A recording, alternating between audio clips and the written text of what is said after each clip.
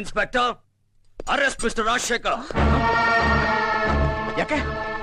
ನೀನ್ ಕೆಲಸ ಮಾಡ್ತಿದ್ದ ಜಾಗದಿಂದ 5 ಲಕ್ಷ ರೂಪಾಯಿ ಕಳ್ತನ ಮಾಡಿದ್ದಕ್ಕೆ ಅವತ್ತೇ ವಿಚಾರಣೆ ಮಾಡಿದ್ರಲ್ಲ. ವಿಚಾರಣೆ ಮಾಡಿ ಕಳ್ಸಿದ್ದು ನಿನ್ನ ಸಾಕ್ಷಿ ಸಮೇತ ಹಿಡಿಬೇಕು ಅಂತ. ಕಾನ್ಸ್ಟೇಬಲ್ ಬಂದ್ ಕಳ್ಳ ಸಿಗ್ದ ಅಂತ ಹೇಳಿದ್ದು ಒಂದು ಕಟ್ಟುಕತೆ.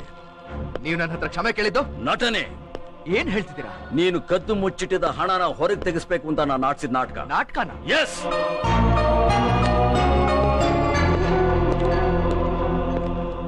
ಇವರೆಲ್ಲ ಯಾರು ಗೊತ್ತಾ? ನಾನು ಆಡಿಸಿದ ನಾಟಕದಲ್ಲಿ ಭಾಗವಹಿಸಿದ ಪಾತ್ರಧಾರಿಗಳು. ಮಗಳ ಮದುವೆಗೆ ಸಹಾಯ ಕೇಳಕ್ ಬಂದ ಮೇಡಮ್ ಇನ್ಸ್ಪೆಕ್ಟರ್ ಸತ್ಯಪ್ರಿಯ, ಮನೆ ಜಪ್ತಿ ಮಾಡಕ್ ಬಂದ ಶ್ರೀನಿವಾಸಯ್ಯ ಇನ್ಸ್ಪೆಕ್ಟರ್ ಚಂದ್ರಮಾವಳಿ,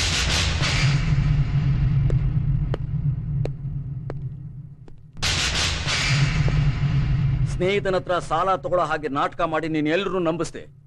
ಆದ್ರೆ ನೀನ್ ಕೊಟ್ಟ 3 ಲಕ್ಷ ರೂಪಾಯಿ ನೀನು ಕದ್ದ ಹಣದಿಂದಾನೆ ಬಂದಿದ್ದು ಅಂತ ನಾನ್ ಪ್ರೂವ್ ಮಾಡಿದೆ. ಅದಕ್ಕೆ ಸಾಕ್ಷಿ ನಾವು ನೋಟ್ ಮಾಡಿರೋ ನಂಬರ್ಸ್. ಜೊತೆಲಿ ಇದ್ಕೊಂಡೆ ಬೆನ್ನಕ್ ಚೂರಿ ಹಾಕಿದ್ರಿ.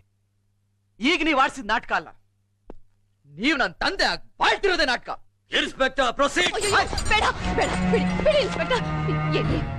ಏನ್ರಿ ಇದೆಲ್ಲ? ಮೌನವಾಗಿದ್ದುಕೊಂಡೆ ಎಲ್ಲ ಸಾಧಿಸ್ಬಿಟ್ರಲ್ಲ.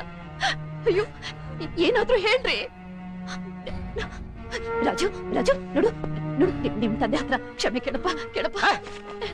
ನಾನು ಯಾಕಮ್ಮ ಕ್ಷಮೆ ಕೇಳಿ? ನಾನ್ ಸತ್ರ ಹತ್ರ ಕ್ಷಮೆ ಕೇಳಲ್ಲ. ಅದು ನನಗೆ ಬೇಕಾಗೂ ಇಲ್ಲ. ಇನ್ಸ್ಪೆಕ್ಟರ್, ಅಯ್ಯೋ, ನಾನ್ ಮತ್ತೆ ಬಂದೇ ಬರ್ತೀನಿ. ನಾನ್ ಬಂದ ತಕ್ಷಣ ಮೊದ್ಲು ಗುರಿ ಇಡೋದ ನಿಮ್ಗೆ. ನೀವು ನನಗೆ ಮಾಡಿದ ಧಮಕಿ ಹತ್ರ ಹೋಗಕ್ಕೆ ನಿಮ್ಗೆ ಅವಮಾನ ಮಾಡ್ಲಿಲ್ಲ.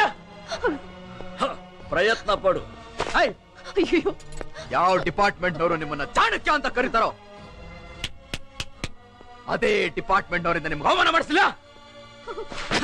ಅದು ನಿನ್ನ ಸಾಮರ್ಥ್ಯ. ಮಿಸ್ಟರ್ ಕದಂಬ, ಈ ಕ್ಷಣದಿಂದ ನಾನ್ ನಿಮ್ ಮಗನೂ ಅಲ್ಲ, ನನಗೂ ನಿಮಗೂ ಯಾವ ಸಂಬಂಧನೂ ಇಲ್ಲ. ಅದಕ್ಕೆ ಚಿಂತೆ ಮಾಡ್ಬೇಕಾಗಿರೋದು ನಾನಲ್ಲ.